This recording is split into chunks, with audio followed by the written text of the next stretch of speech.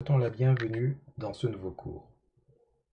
L'objectif ici sera de déployer un portail de données ouvertes en local, c'est-à-dire sur votre poste de travail, grâce à SICAN. Le concept de données ouvertes ou encore Open Data se rapporte à des données numériques dont l'accès et l'usage sont laissés libres aux usagers. C'est-à-dire qu'on va mettre en place une structure où les individus, à condition qu'ils aient accès à Internet et à la plateforme, seront capables de venir consulter les ressources, consulter les données. Ils pourront les télécharger, mais ils pourront également en faire ce qu'ils veulent par la suite. Retraiter les informations, les croiser avec d'autres choses, les publier ou les réutiliser autrement. Ça leur appartient. Nous, ce que nous allons faire, c'est mettre en place une telle structure, mais à partir de notre poste de travail. Parce que la mise en place d'un portail de données ouvertes exige une plateforme qui va permettre la publication des données de manière structurée, afin de permettre à ceux qui vont rechercher l'information plus tard de se retrouver facilement, de retrouver l'information facilement, etc. Nous allons nous servir de SICAN, qui est l'une des plateformes les plus populaires et qui, en plus d'être populaire, est complètement libre et gratuite, open source. C'est un puissant système de gestion de données qui va permettre de rendre les données accessibles en fournissant des outils pour rationaliser la publication, le partage, la recherche et l'utilisation des données. Nous avons donc quelques objectifs à atteindre dans ce cours. Oui, l'objectif primordial, c'est de déployer le portail en local, mais nous avons des objectifs intermédiaires. Parmi ceux-là, nous aurons celui d'utiliser un environnement de travail basé sur Linux et particulièrement sur Linux 64 bits. En d'autres termes, si votre poste de travail est 32 bits, même s'il est sur Linux, ce ne sera probablement pas exactement la même démarche qu'il faudra suivre. Si vous avez un poste de travail qui n'est pas du tout orienté Linux, il vous faudra faire certains ajustements, comme par exemple installer une machine virtuelle basée sur Linux d'abord, avant de pouvoir suivre ce que nous allons faire. Et si vous avez également l'intention de développer, de déployer plutôt le portail en ligne directement, la méthode est à peu près la même, c'est même systématiquement la même, puisque la plupart du temps, les plateformes qui sont en ligne sont hébergées sous Linux. La seule différence, c'est que les manipulations que nous allons voir dans quelques minutes, il faudra les faire chez votre hébergeur web au lieu de le faire en local. Mais le concept sera toujours le même. Autre chose, nous allons voir, avant de pouvoir effectivement déployer SICAN et la plateforme dans son intégralité, voir comment installer les services prérequis et comprendre pourquoi est-ce qu'il faudrait les installer. Nous allons installer bien entendu et configurer SICAN. Il y aura beaucoup d'allées et venues entre la ligne de commande et le fichier de configuration de SICAN. Et nous allons finaliser les étapes principales parce que pour que SICAN fonctionne en local, comme dans notre cas, ou même en ligne, il y a juste 3 ou 4 étapes principales à faire. Et ça vous donne le cœur de SICAN, à partir duquel vous pouvez déjà collecter les informations, les publier et permettre aux gens d'interagir avec. Mais il y a des fonctionnalités additionnelles que vous pouvez juxtaposer à votre installation. Il y en a plusieurs, mais on va se focaliser sur quelques-unes. C'est ce que nous appelons les étapes facultatives. Et puis, nous allons vous indiquer comment vous servir des ressources parce que nous avons préparé pour vous un certain nombre de ressources. La démarche qui sera la nôtre sera la suivante. Nous allons d'abord voir comment préparer votre environnement. Si vous avez déjà un poste de travail basé sur Linux, c'est parfait. Si vous avez plutôt, par exemple, une machine virtuelle basée sur Linux, nous allons vous montrer comment l'apprêter pour qu'elle soit en phase avec ce que vous êtes sur le point de faire. Nous allons voir étape par étape comment est-ce que vous pouvez faire pour installer certains éléments prérequis.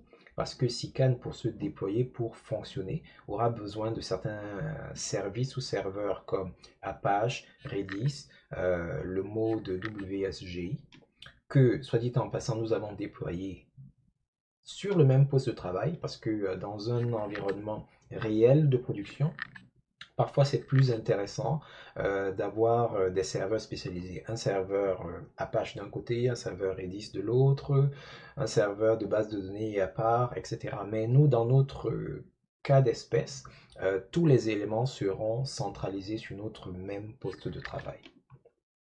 Bien entendu, on va installer SICAN, on va installer le moteur de base de données autour duquel vont graviter toutes nos manipulations PostgreSQL. Nous allons installer Solar, le moteur de recherche. Et puis maintenant, dans ce qu'on appelle les étapes facultatives, nous allons voir comment est-ce qu'on peut activer le Data Store. C'est une base de données séparée, conjointe à SICAN, à l'intérieur de laquelle ce que j'appelle les pièces jointes, les ressources de vos jeux de données vont être stockées.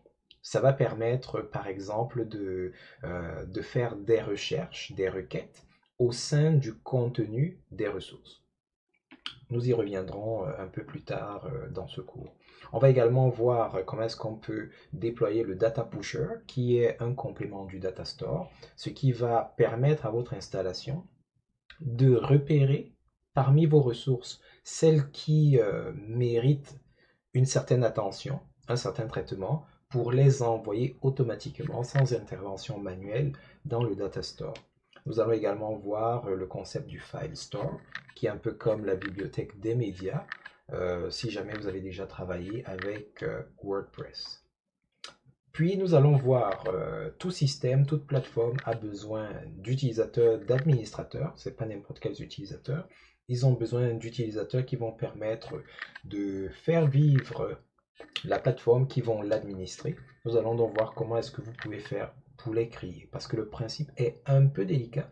Il y aura beaucoup d'allées-venues entre, comment est-ce qu'on appelle ça, le terminal, la ligne de commande et votre environnement de travail. Et puis pour finir, nous sommes francophones et SICAN vient par défaut en anglais, mais nous allons voir comment est-ce que nous pouvons faire pour transformer SICAN en français. Alors, la traduction de SICAN n'est pas parfaite, mais il y a quand même un certain nombre d'éléments de base qui pourront probablement vous convenir si vous souhaitez avoir un environnement de travail francisé. Ce cours est un peu spécial, il ne s'adresse pas nécessairement à tout le monde, mais les personnes qui sont particulièrement ciblées par ce cours-ci, ce sont celles qui ont un intérêt prononcé pour les données ouvertes et pour les portails, et qui souhaiteraient être capables d'en déployer un. On peut déployer des portails de données avec différents types de systèmes, même avec WordPress c'est possible, et avec plein d'autres systèmes, mais nous allons nous focaliser sur SICAN. Donc ce cours est véritablement fait pour vous. Si en plus d'être intéressé par les portails, les données ouvertes, vous avez l'intention de les déployer à partir de SICAN. La grande majorité, pour ne pas dire la totalité des opérations que nous allons faire vont s'effectuer à partir de Linux. Si vous n'avez pas un système d'exploitation Linux, ce n'est pas grave parce que vous pouvez installer Linux sur votre poste de travail. Nous avons des ressources qui vont vous montrer ou du moins vous aiguiller dans la bonne direction sur comment le faire. Mais si travailler sur Linux n'est pas le problème, mais c'est plus, en fait, vous n'êtes pas en phase avec le système d'exploitation Linux tout court, il se peut que ce cours ne soit pas en résonance avec vous parce que tout ce que nous allons faire va tourner autour de Linux. Alors, nous allons vous offrir des ressources qui pourront vous permettre de passer au travers de cela. Mais si vous ne vous retrouvez dans aucune des catégories que nous venons de mentionner, il se peut très bien que ce cours ne vous convienne pas du tout. Autre chose, bien que le monde des données ouvertes et de Linux soit un monde un peu spécialisé, où la plupart des personnes qui s'y retrouvent ont un certain vécu, il se peut très bien que vous soyez complètement néophyte par rapport à tous ces éléments. Donc, pendant le processus d'installation, nous allons apporter certaines explications. Il se peut que, si vous êtes un peu avancé ou intermédiaire, vous trouviez que ce soit redondant ou non pertinents, mais nous nous adressons particulièrement à ceux qui pourraient ne pas comprendre certains des processus qui sont traités. Alors, si vous êtes un peu plus avancé ou d'un niveau intermédiaire, si vous avez compris certains principes, il vous suffira juste de passer aux prochaines capsules. Il n'y a vraiment pas de problème à cela. Nous avons mis à votre disposition à la fin de ce cours un certain nombre de ressources. Et parmi ces ressources, nous avons un guide détaillé des étapes et des commandes que nous avons utilisées pendant le cours. Nous vous invitons à le télécharger et à suivre en même temps que nous évoluons dans le cours. Parce que pendant le cours, nous n'avons pas nécessairement pris le temps d'expliquer chaque commande ou alors de relire chaque commande, mais toutes les commandes que nous avons utilisées font partie de ce guide détaillé. Nous avons également mis à votre disposition à la fin de ce cours une image virtuelle prête à l'emploi. Dans le cas où vous ne voulez pas manuellement vous-même passer par chacune des étapes qui vont vous amener à mettre en place le portail de données. Vous pourrez juste télécharger cette image virtuelle qui est déjà prête avec SICAN de base et puis vous mettre à l'utiliser pour commencer à travailler là-dessus. Nous allons également vous fournir les codes d'accès dans le cas où vous utilisez l'image virtuelle afin que vous soyez capable de vous connecter à l'image virtuelle, que vous soyez capable de vous connecter dans l'interface de SICAN et que vous soyez capable de continuer vos différentes modifications.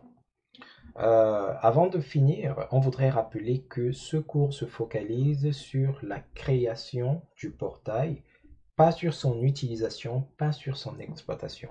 Ce que nous voulons faire, c'est installer l'application, installer le portail et tout ce qui va avec.